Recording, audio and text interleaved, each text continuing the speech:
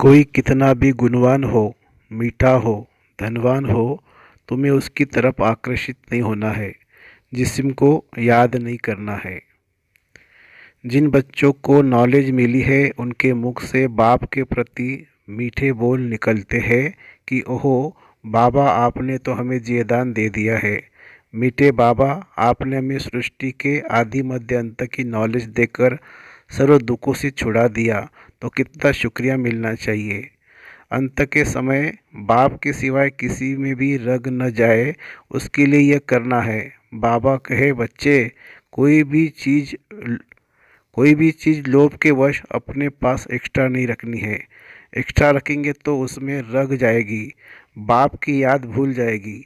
बाप कहते हैं मेरे को तो पढ़ाई बाप कहते हैं मेरे को तो कोई पढ़ाने वाला नहीं है, न मेरा कोई बाप है। और सब गर्भ में प्रवेश करते हैं, माता की परवरिश लेते हैं। मैं तो गर्भ में आता ही नहीं हूँ, जो माता की परवरिश लूँ।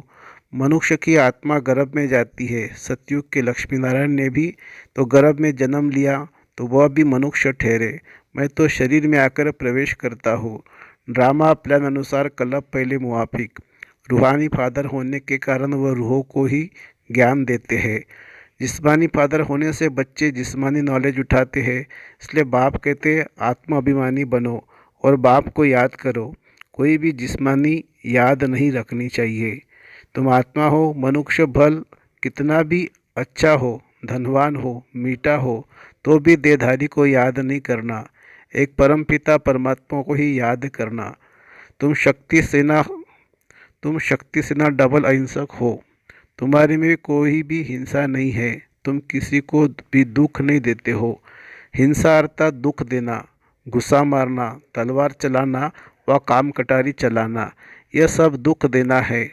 तुम कोई भी प्रकार का दुख नहीं देते हो, इसीलिए अहिंसा परमो धर्म कहा जाता है। मनुष्य तो सब हिंसा करते हैं, है ही रावण राज्य। गीता बहुत भाषाओं में है, ऊंचे ते ऊंची गीता है, परंतु सब बनाई है मनुष्यों ने। यथार्थ तो है नहीं, इसलिए सब अंधेरे में है। तब गाया जाता है ज्ञान सूर्य प्रगटा। इस सूर्य की महिमा नहीं, ज्ञान सूर्य की महिमा है। ईश्वरीय गोद में आकर फिर बदलकर आसुरी गोद में चले जाते हैं। काल काल नहीं खाया, परंतु जीते जी ईश्वर के बने, फिर जीते जी रावण के बन पड़ते हैं। यही धर्मात्मा बने, फिर वहाँ जाकर अधर्मी बन जाते हैं। यहाँ संगम पर धर्म का राज्य है, वहाँ अधर्म का राज्य है। चाहते भी है राम राज्य हो, हम स्वर्गवासी बने, अर्थात ये नरक है, परंतु किसी को सीधा नरकवासी कहे तो बिगड़ पड़ते हैं। यह राजयोग हम बाबा से सीख रहे हैं। नर से नारायण, नारी से लक्ष्मी बनने के लिए नर नारायण का मंदिर भी बनाते हैं, उनको चार भुजाएं देते हैं, क्योंकि साथ में है नारी लक्ष्मी को फिर मंदिर नहीं है। नारी लक्ष्मी को दीपमाला पर बुलाते हैं, उनको महालक्ष्मी कहते हैं। तुम लक्ष्मी की मूर्ति चार भुजाओं के सिवाय नहीं देखेंगे।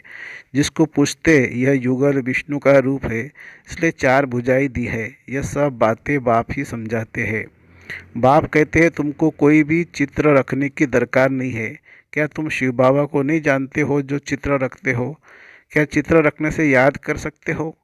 बूढ़े बूढ़े हैं, याद भूल जाती है, इसलिए चित्र दिया जाता है। बाकी और कोई भी देहधारी को याद करते रहेंगे तो अंत समय वही याद आएगा। कुछ न कुछ रग है तो वह तुम्हारे पीछे पड़ेगा। फिर भल कितने भी शिव बाबा की चित्र रखो, अगर रग और तरफ होगी तो वह याद जरूर आएगा। इसलिए बाप कहते बच्चे पूरा नष्टमा हो जाओ। किसी भी चीज़ में मोह होगा, दो चार जोड़ी जूते होंगे तो वह याद आएंगे। इसलिए कहा जाता है ज़्यादा कोई भी वस्तुएं नहीं रखो, नहीं तो बुद्धि उसमें जाएगी। सिवाय बाप के और कोई को याद न करो। लोभ होता है ना, हम अच्छे अच्छे वस्त्र रखें, दो चार जूते रखें, घड़ी रखें, थोड़ा पैसा रखेंगे तो वह याद आएगा। बाबा को मालूम होना चाहिए तुम्हारे पास क्या रखा है। वास्तव में तुमको कुछ भी रखना नहीं है, जो मिलता है वही रखना है। ब्राह्मण जीवन में याद और सेवा का आधार द्वारा शक्तिशाली बनने वाले मायाजीत भवो। फिर आज का स्लोगन था, विघ्न विनाशक वही बनता है जो सर्व शक्तियों से संपन्न है। विघ्न विनाशक वही बनता है जो सर्वशक्तियों से संपन्न है। अच्छा, ओम शांति।